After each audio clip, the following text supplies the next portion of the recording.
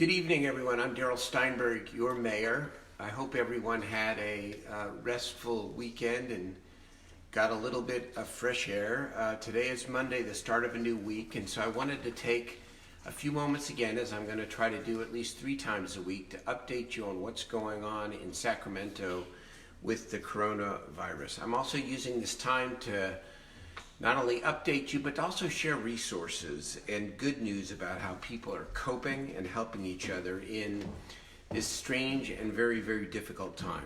First of all, just a numbers update.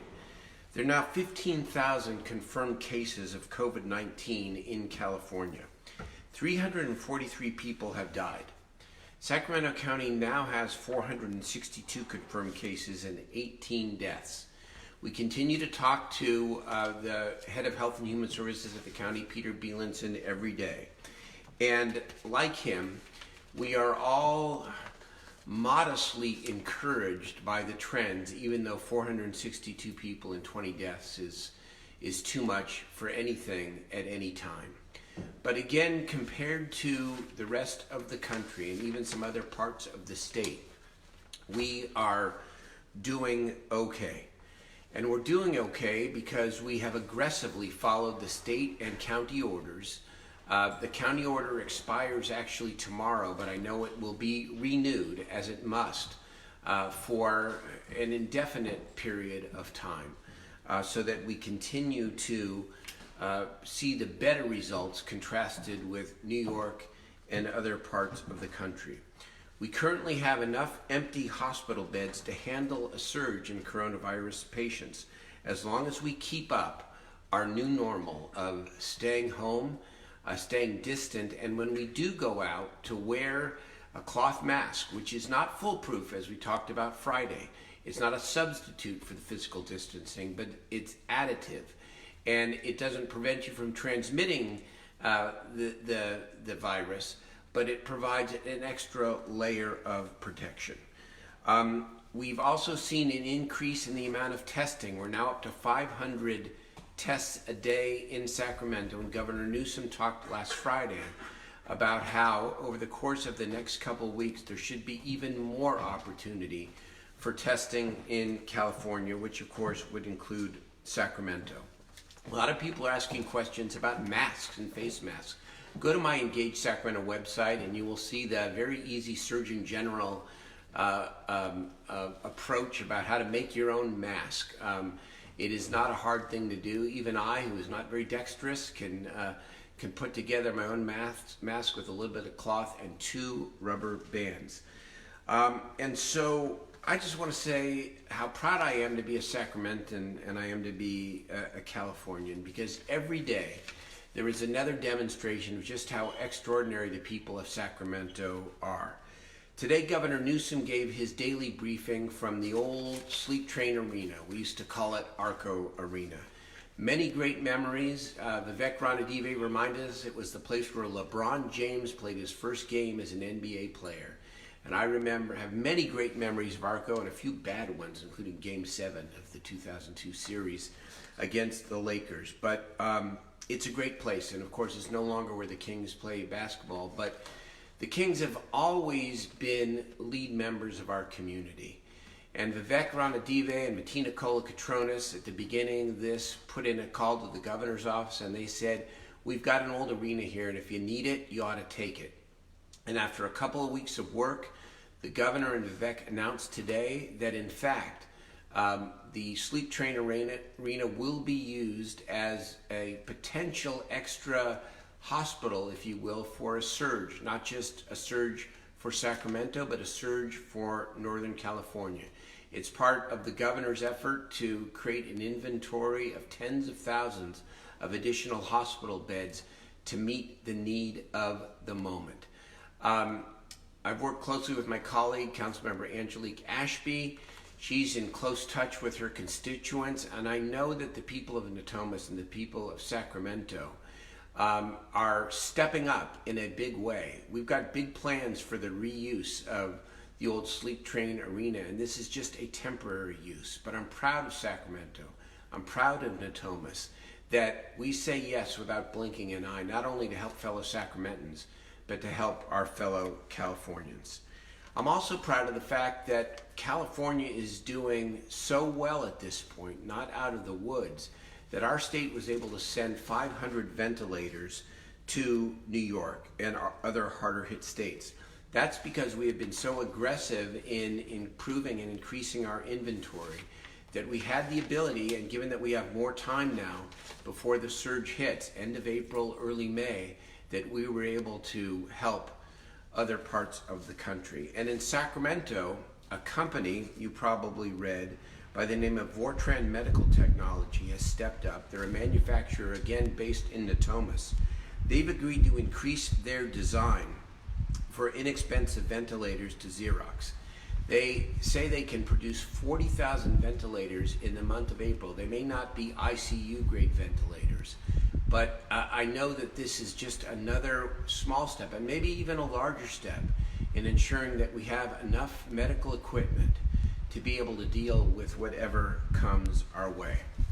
I want to spend most of the rest of my time with you this evening talking about the issue of homelessness, because we've skirted around it a little bit over the last couple of weeks. I've given you some updates and reports, but we have been working very closely with our county partners and with the continuum of care known as Sacramento Steps Forward in developing a plan that I think Sacramentans are going to be very proud of, and is going to make the single largest difference we've ever had the opportunity to make around homelessness. I want to thank the hardworking members of the task force from the city of Sacramento, from the county, and from Sacramento Steps Forward for putting in 7 days a week to get us to a point where tomorrow both the city council and the county board of supervisors are going to hopefully, and I'm confident that we will, vote to support a $15 million plan that has the potential to get a couple of thousand people off the streets of Sacramento. And so I want to go through this in a tiny bit of detail because I think it's worth you knowing. It answers a lot of the questions that people have rightfully been asking over the last couple of weeks. First of all, this is a public health response to homelessness. And you might ask, well, what are you talking about? What is the difference between a public health response and a traditional homeless response?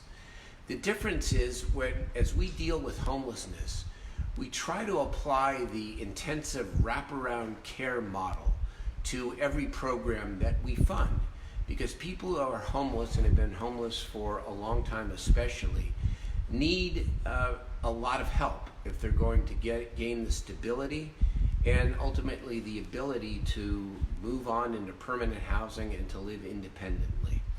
We don't have the time, and frankly we don't have the capacity to be able to provide those full wraparound services to all the people we're going to get off the streets, because one, we're trying to move fast, and two, we're trying to deal with higher numbers than we have ever dealt with before under the umbrella of the COVID-19 public health emergency.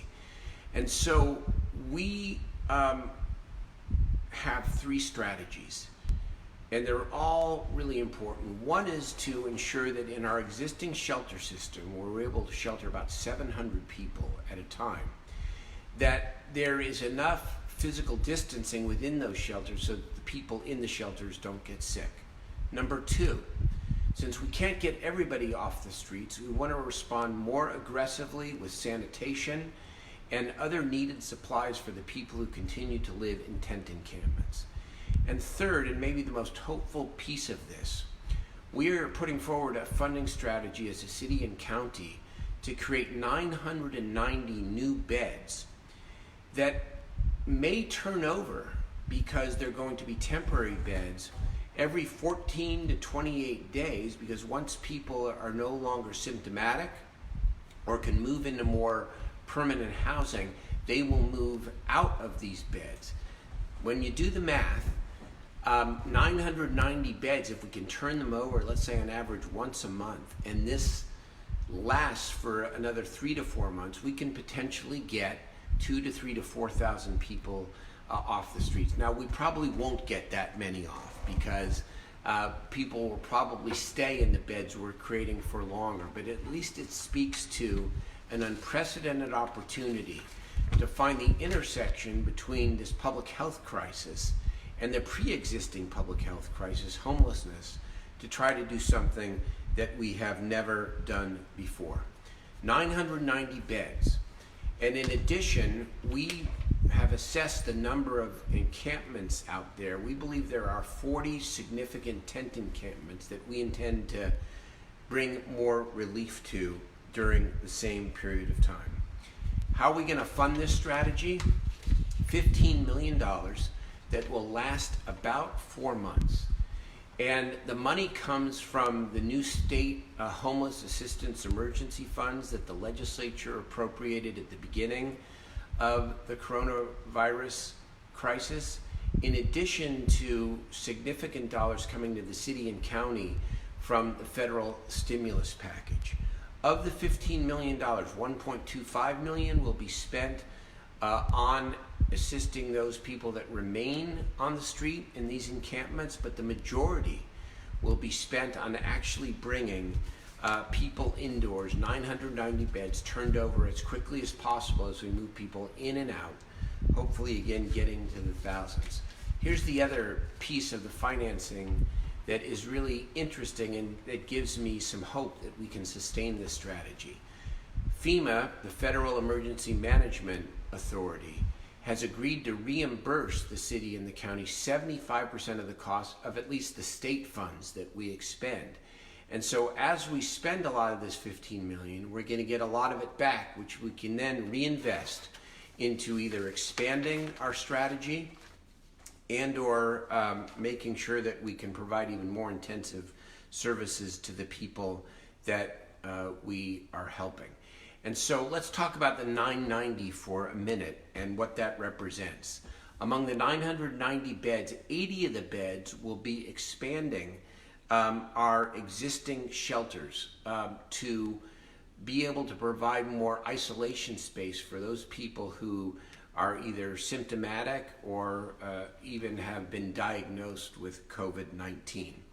We have 60 trailers, which we talked about on Friday and that we unveiled, if you will, last Friday out at Cal Expo.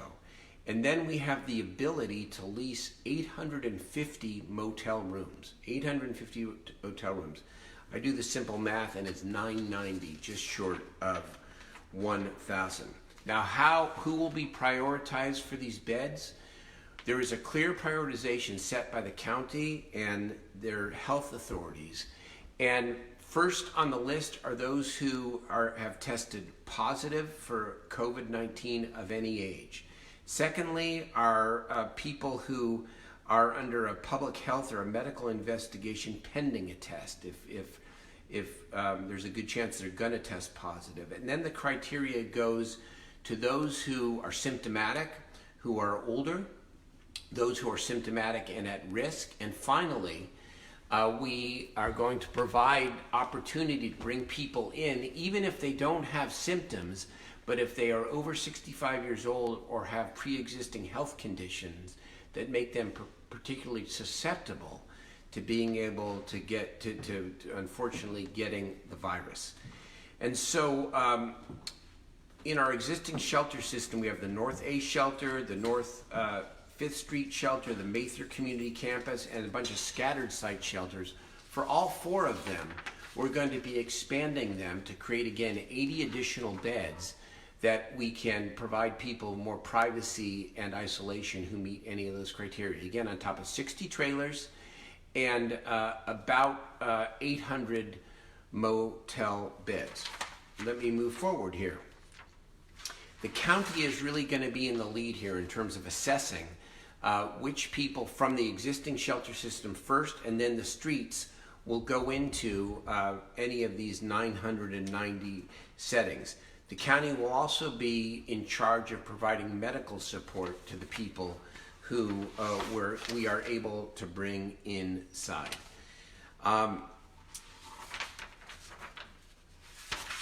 In terms of these tent encampments, I want to talk a little bit about this because people always ask, what are you doing? And why aren't you helping the people who are living out on the street? Why aren't you bringing them more? And so we've assessed the state of the encampments, we have 23 camps with less than 20 people and 17 encampments with 20 or more people. 40 large identified camps in total.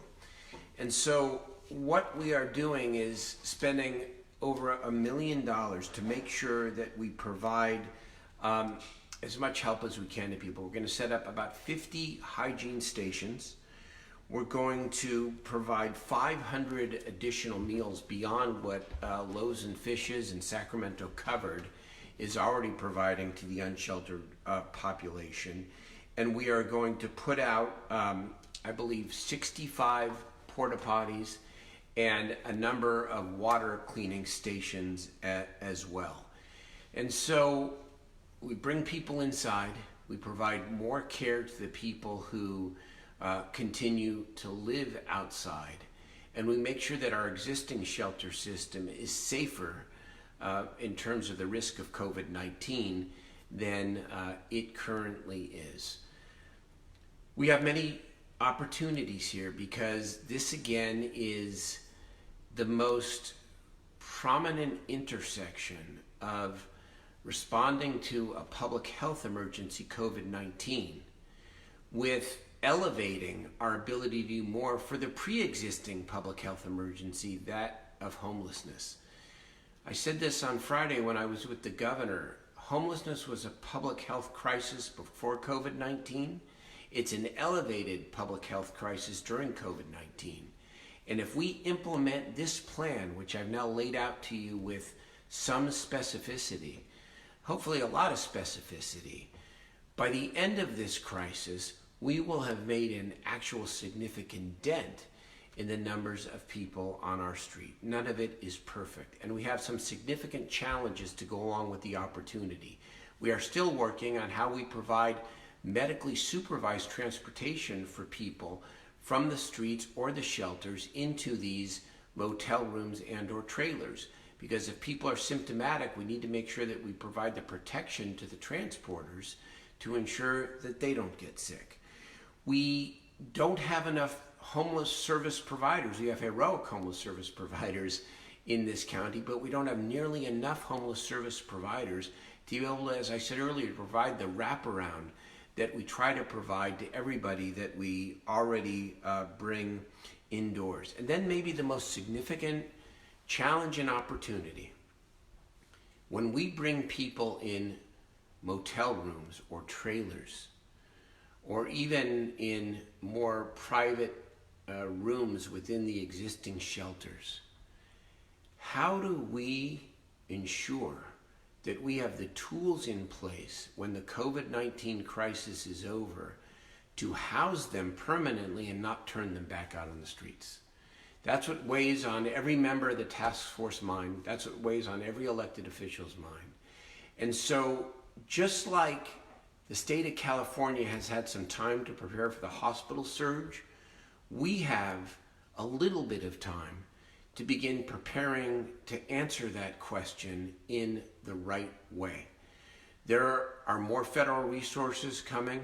We have our existing state resources unrelated to this crisis response that we got through the legislature in 2018 and in 2019. And we have a real opportunity to end the cycle of homelessness, not maybe with the COVID crisis as the impetus or the motivation, but to do what we've been talking about doing, begun to prepare doing, but not actually have done up until this point. By the way, this strategy is separate from our current plans to open a 100-bed sprung shelter under the freeway at WX. We have the separate money for that, and to build the women's shelter at Meadowview, in addition to some of the other strategies that we have already been working on.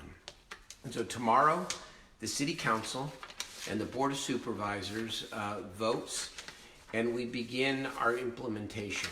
I would love to tell you that all of this will be done and implemented in a week or a week and a half or 2 weeks. But I think even as anxious as I am, and as much as I continue, as I always urge speed, and as much as I get frustrated with the lack of speed, that we have to set some reasonable expectations here. We will have a plan in place. We will have a North Star. We will have good people helping to lead the implementation of this effort, good and dedicated people, and we will get to this goal. And I hope it doesn't take too long, but I ask for the public's patience as long as we are doing it with as much urgency as we can. That's really what I have to say to you tonight. I will report back on Wednesday about what happened on Tuesday. I want to thank you all again for hanging in there. Please continue to do what you're doing and to practice the physical distancing until the antibody is developed, until there is another way, which won't be for the next week to 2 weeks to month to 6 weeks. This is our best chance to keep ourselves, our neighbors, and our loved ones healthy. I'll talk to you again on Wednesday night. Thank you very much.